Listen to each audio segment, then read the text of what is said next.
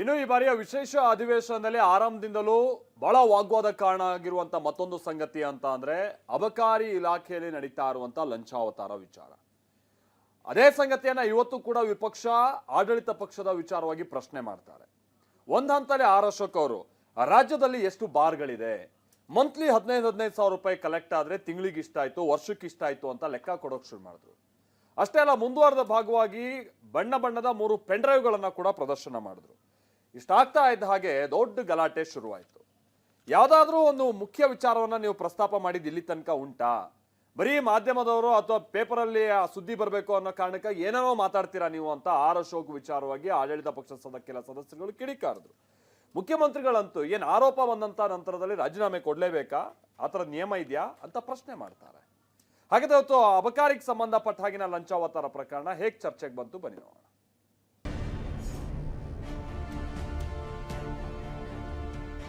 ಸದನದಲ್ಲಿ ಅಬಕಾರಿ ಲಂಚಾವತಾರ ಸದ್ದು, ವಿಪಕ್ಷ ಬಿಜೆಪಿ ಗುದ್ದು.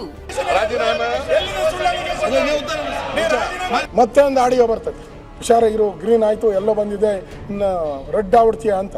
ಅಪರಾಧಿ ನಂಬರ್ 1 ಇಲಾಖೆ ಅಬಕಾರಿ ಇಲಾಖೆ. ಪೆನ್ ಡ್ರೈವ್ ಪ್ರದರ್ಶಿಸಿದ ಆರ್ ಅಶೋಕ್ ಸಿಟ್ಟಿಗೆದ್ದ ಕೈಪಡೆ. ಹಣವನ್ನ ಕಲೆಕ್ಟ್ ಮಾಡಿ ಬೇರೆ ರಾಜ್ಯಗಳಿಗೆ ಕಳಿಸ್ತಾ ಇದ್ದಾರೆ ಅಂತ ಈಗಾಗಲೇ ಆಪಾದನೆಗಳು ಬಂದಿದೆ. ಎಣ್ಣೆ ಅಂಗಡಿಗೆ ಹೋಗ್ಬಿಟ್ರೆ ಇಂತ 50 ವಿಡಿಯೋ ತರಬಹುದು, ಮಾತಾಡ್ತಿರ್ತಾರೆ ಕುಡ್ದು. ನಿಮ್ಮ ಡಿಸಿ ಎಣ್ಣೆ ಅಂಗಡಿ ಆರೋಪಿಸಿದ್ರೆ ರಿಸೈನ್ ಮಾಡಬೇಕಾ? ಸಿದ್ದರಾಮಯ್ಯ ಬೆಂಕಿ. ರಾಜೀನಾಮೆ ತಗೊಂಡು ಸ್ಟಾರ್ಟ್ ಮಾಡಿ ಸರ್. ಸುಳ್ಳು ಅಲಿಗೇಷನ್ ಮಾಡಿದ್ರು ಕೊಟ್ಬಿಡಬೇಕು ರಾಜೀನಾಮೆ.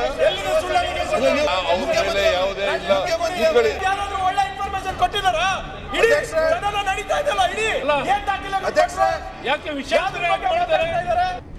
ವಿಧಾನಸಭೆಯಲ್ಲಿಂದು ಅಬಕಾರಿ ಇಲಾಖೆ ಲಂಚಾವತಾರ ಸದ್ದು ಮಾಡಿತು. ಆಡಳಿತ ವಿಪಕ್ಷ ನಾಯಕರ ಮಧ್ಯೆ ಬಡಿದಾಟಕ್ಕೆ ಕಾರಣವಾಯಿತು. ಅಬಕಾರಿ ಸಚಿವರು ನಾನವನಲ್ಲ ಅಂತಾರೆ ಅಂತ ಆರ್ ಅಶೋಕ್ ಕಿಡಿಕಾರಿದ್ರು. ಅಕ್ರಮದ ಆಡಿಯೋ ಇರುವ ಪೆನ್ ಡ್ರೈವ್ ಪ್ರದರ್ಶಿಸಿದ್ರು. ಮತ್ತೆ ಒಂದು ಆಡಿಯೋ ಬರ್ತದೆ, ಸಿಗ್ನಲ್ ಲೈಟ್, ಹುಷಾರ್, ಎಲ್ಲ ಬಂದಾಗ ರೆಡಿ ಅಂತ, ರೆಡಿಯಾಗಿರು, ಹುಷಾರಾಗಿರು, ಗ್ರೀನ್ ಆಯ್ತು, ಎಲ್ಲ ಬಂದಿದೆ, ಇನ್ನ ರೆಡ್ ಆಗ್ಬಿಡ್ತೀಯ ಅಂತ.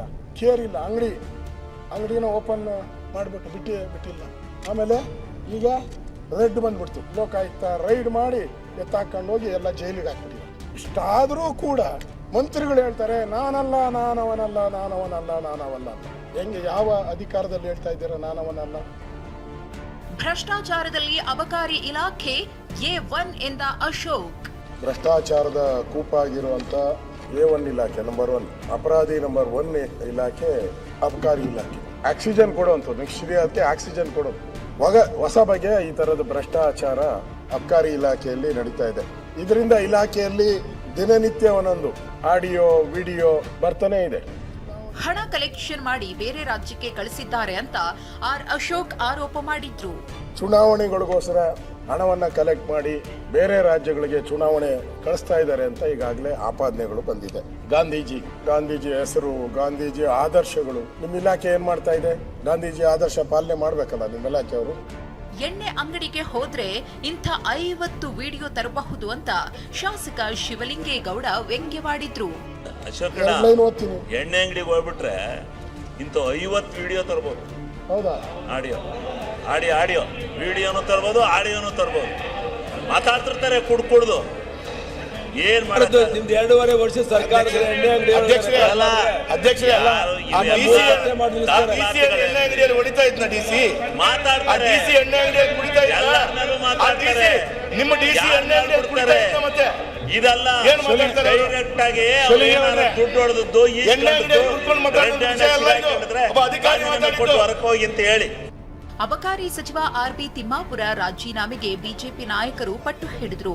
ಆರೋಪ ಮಾಡಿದ ತಕ್ಷಣ ರಿಸೈನ್ ಕೊಡೋಕಾಗಲ್ಲ ಅಂತ ಸಿದ್ದರಾಮಯ್ಯ ಕೌಂಟರ್ ಅಟ್ಯಾಕ್ ಮಾಡಿದ್ರು. ರಾಜೀನಾಮೆ ತಗೊಂಡು ಸ್ಟಾರ್ಟ್ ಮಾಡಿ ಸರ್. 6 ಗಂಟೆಗೆ ಅಲ್ಲಲ್ಲ, ಉತ್ತರ ಕೊಡ್ಲಿ. ನೀವು ಅಲಿಗೇಷನ್ ಮಾಡಿದ ತಕ್ಷಣ ಯಾರಾದ್ರೂ ರಾಜೀನಾಮೆ ಕೊಟ್ಟರ? ಅಲಿಗೇಷನ್ ಮಾಡಿದ ತಕ್ಷಣ ಸುಳ್ಳು ಅಲಿಗೇಷನ್ ಮಾಡಿದ್ರು ಕೊಟ್ಬಿಡಬೇಕು ರಾಜೀನಾಮೆ.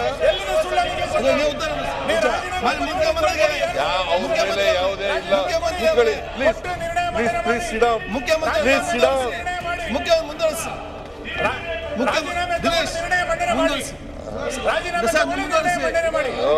ಮಾಡ್ತಾರೆ ನೀವು ಮಾನ್ಯ ಮುಖ್ಯಮಂತ್ರಿ ತಾವು ಮುಂದುವರಿಸಿ. ಹೇಳ್ದಕ್ಕೆಲ್ಲ ಮಾಡ್ತಾ ಕೂತ್ಕೊಂಡ್ರೆ ಯಾರು ಸರ್ಕಾರನೇ ನಡೆಸಕ್ಕಾಗಲ್ಲ.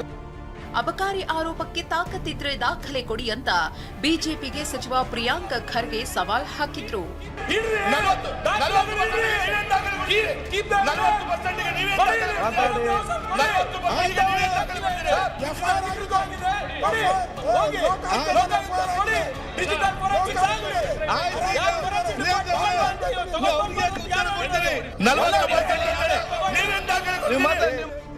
ಇದರ ಮಧ್ಯೆ ಪರಶುರಾಮ ಪ್ರತಿಮೆ ಹಗರಣದ ಬಗ್ಗೆ ಚರ್ಚೆ ಆಗಬೇಕು ಅಂತ ಸಚಿವ ದಿನೇಶ್ ಗುಂಡೂರಾವ್ ಆಗ್ರಹ ಮಾಡಿದ್ರು. ನಾನು ಚರ್ಚೆಗೆ ಸಿದ್ಧ ಅಂತ ಶಾಸಕ ಸುನಿಲ್ ಕುಮಾರ್ ಸವಾಲ್ ಹಾಕಿದ್ರು. ದಿನೇಶ್ ಗುಂಡೂರಾವ್ 5 minutes. ನೀವು ಆ ವಿಷಯ ತಗೊಂಡ್ರೆ ಚರ್ಚೆ ಮಾಡಕ್ ರೆಡಿ ಇದೀನಿ. ನೀವು ರೆಡಿ ಇದ್ದೀರಾ? ತಗೊಳ್ಳಿ. ಆಯ್ತು. ಮಾತಾಡಿ. ನಾನು ರೆಡಿ ಇದ್ದೀನಲ್ಲ, ನಾನು ರೆಡಿ ಇದ್ದೀನಿ. ಬನ್ನಿ ಚರ್ಚೆ ಮಾಡೋಣ. ಈಗ ನೀವು ಈ ರೀತಿ ನೀವು ಚರ್ಚೆ ಮಾಡಿ ಟೈಮ್ ವೇಸ್ಟ್ ಮಾಡ್ತೀರಾ, ಮಾತಾಡ್ತೀರಾ? ನೀವು ಇಷ್ಟೆಲ್ಲ ಮಾತಾಡಿ ನೀವು ಅಲ್ಲಿ. ಮನೆ ಬಾಗಿಲಿಗೆ ಬಂದಿದೆ ಈಗ. ಅಬಕಾರಿ ಹಗರಣ ರಾಜ್ಯದಲ್ಲಿ ದೊಡ್ಡ ಮಟ್ಟಿಗೆ ಸದ್ದು ಮಾಡುತ್ತಿದ್ದು, ಮುಂದೆ ಅದ್ಯಾವ ಸ್ವರೂಪ ಪಡೆಯುತ್ತೋ ಕಾದು ನೋಡಬೇಕಿದೆ. Bureau report, TV9.